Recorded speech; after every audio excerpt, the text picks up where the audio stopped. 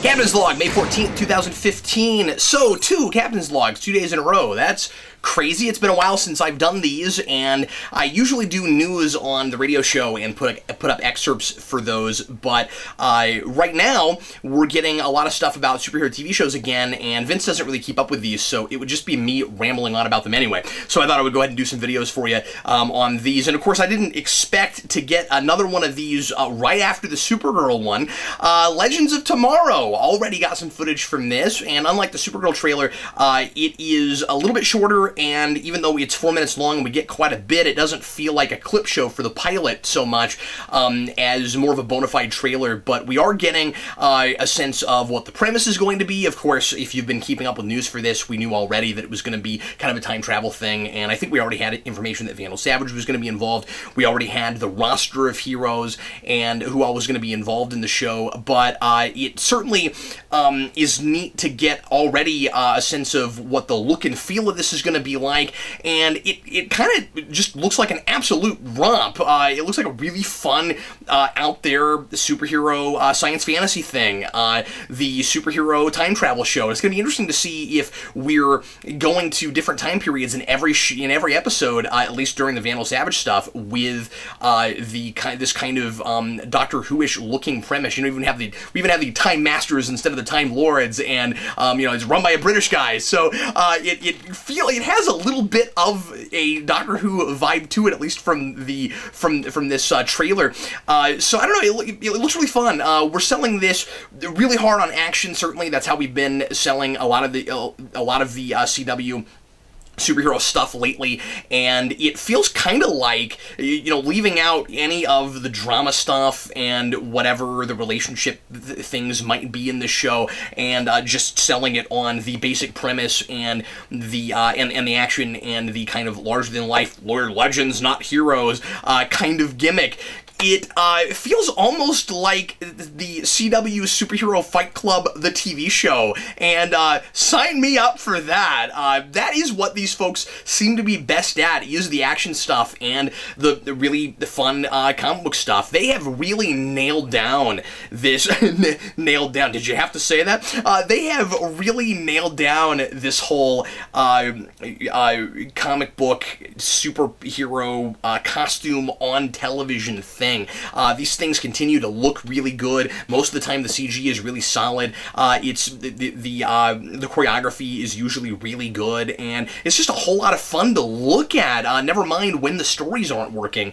And of course, I'm hoping that we start getting a little bit more sophisticated storytelling in this universe. And when I say sophisticated, I'm mostly just saying, I mean, I'm not trying to be like super highbrow about this and snobby about it. I just want the characters to feel like real people, and for it to fit within an internal logic, and for me to not be constantly scratching my head trying to figure out why people are doing what they're doing and doing really, really weird counterintuitive things like we had a lot in Arrow this season. Contrastly, Flash this season has mostly, with the exception of some of the relationship stuff, some of the Iris stuff, really impressed me, and I thought the episode this week was just dynamite. So anyway, I am excited about this, and I'm somewhat surprised by that because I think that the roster is bizarre. I'm glad that we've got a new character on the team, Hot Girl. I think that's a really neat pick. I think we kind of maybe could have lived with maybe even one more brand new character or introduced. So, and I wonder actually if Hot Girl might get introduced in one of the other shows, come to think of it, because they've got time. I'm a little surprised this isn't coming out until 2016. I guess I didn't realize it wasn't going to be a fall show, and it's really crazy, just like the Supergirl show, that we already are getting to see this much this early. And I mean, I said that about that's coming out in the fall. This is 2016, and we already have a 4-minute trailer. Wow, that's really neat. So anyway, Hot Girl I'm kind of excited about. We knew that was going to happen, but now we've gotten to see the actress and a little bit of the flying CG. Of course, the big thing for me, of course, Sarah Lance, my favorite, she's coming back. Yeah, we had to resurrect her from the dead. Yeah, it's that weird Lazarus pit of the thing of, if you put somebody in the Lazarus pit and they come back wrong. They're not really themselves. But so far, we haven't done anything with that yet. With Thea, the producers have said that they're going to deal with that next season. I don't know what exactly that means. So with this whole white canary thing, which is odd, but okay, with this whole white canary thing, you got to wonder if Sarah is going to come back and seem kind of okay and normal for a while, but then, like, whatever is going to happen with Thea, maybe something weird happens and she's not quite herself. I guess we'll have to see what they're going to do with that. Has her body just been on ice this whole time, and all of a sudden somebody's going to decide, hey, let's take her to Nanda Parbat and put her in the Lazarus pit?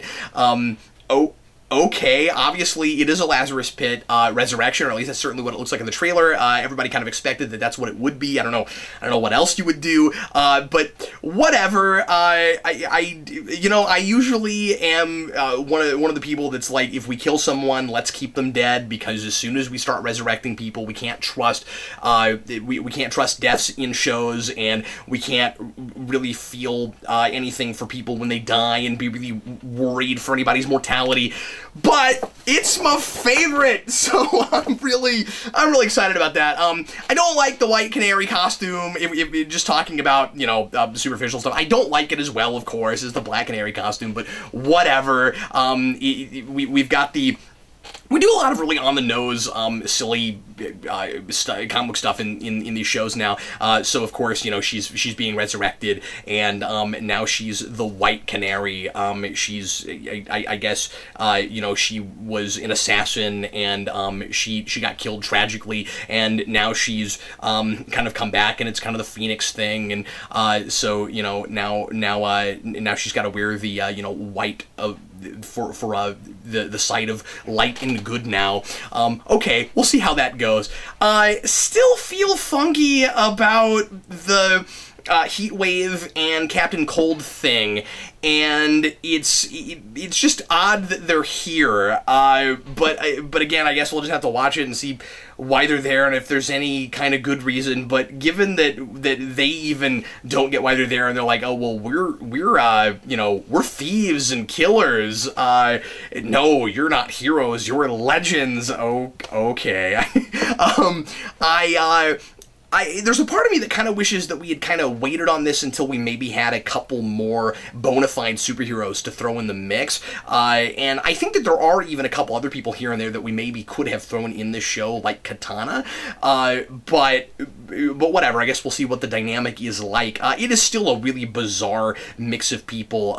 You see, what's weird about it is it's this giant time travel thing where there's a bad guy with an army that can only be stopped by a group of superheroes. So we're not picking just superpowered people. I mean, like, Oliver Queen at the beginning of this, he talks like, well,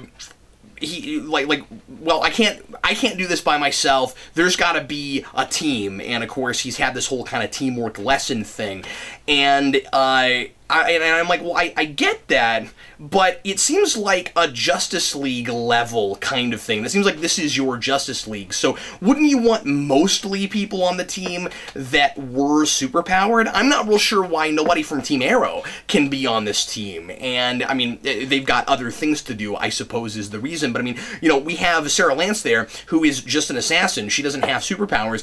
Then you've got two guys who just have guns. I guess Golden Glider wasn't legendary enough to be on this team. It just seems like, and I realize that they have some skills in being thieves, but why did we go to them? Why are we trusting them on this team with this? I feel like there are other people in this universe already that we could go to first, and it seems like Cisco could just give anybody we trust more hot and cold guns, or even golden guns, or I guess he could make guns that shoot just about anything. He could have marshmallow guns, but anyway, so that's still kind of strange, and I know that Dan Torrey really is kind of weirded out by that, because he really wants to, and disappointed because he really wants to see the rogues happen, and it's like, how can you have the rogues if these guys are gallivanting around, time with the Legends of Tomorrow?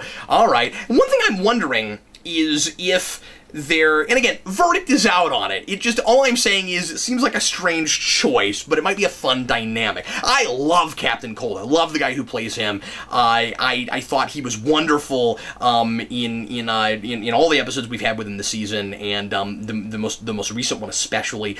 So I'm excited to see him regularly in a show. I mean, that's going to be great. It's just a weird choice. I'm wondering if this isn't going to be a rotating roster, especially if the series continues past a season. And yeah, since CW doesn't cancel shows, I just thought of this. I really wonder how long some of these things are going to be on, if they might allow them to play out after they're finished with whatever it was they wanted, whatever stories they wanted to tell, and then just do new shows instead, because they have kind of the DC universe at their disposal. Folks are still kind of wondering if we might eventually get a Green Lantern show, or there's a lot of different possibilities and things. So is Legends of Tomorrow going to be a show that we're going to see on for several years? You got to wonder, and I kind of think that it's going to be a rotating roster. I think some different people are going to move in and out. It looks like Flash might even be there every now and again. It would be really cool to see people jumping in and out.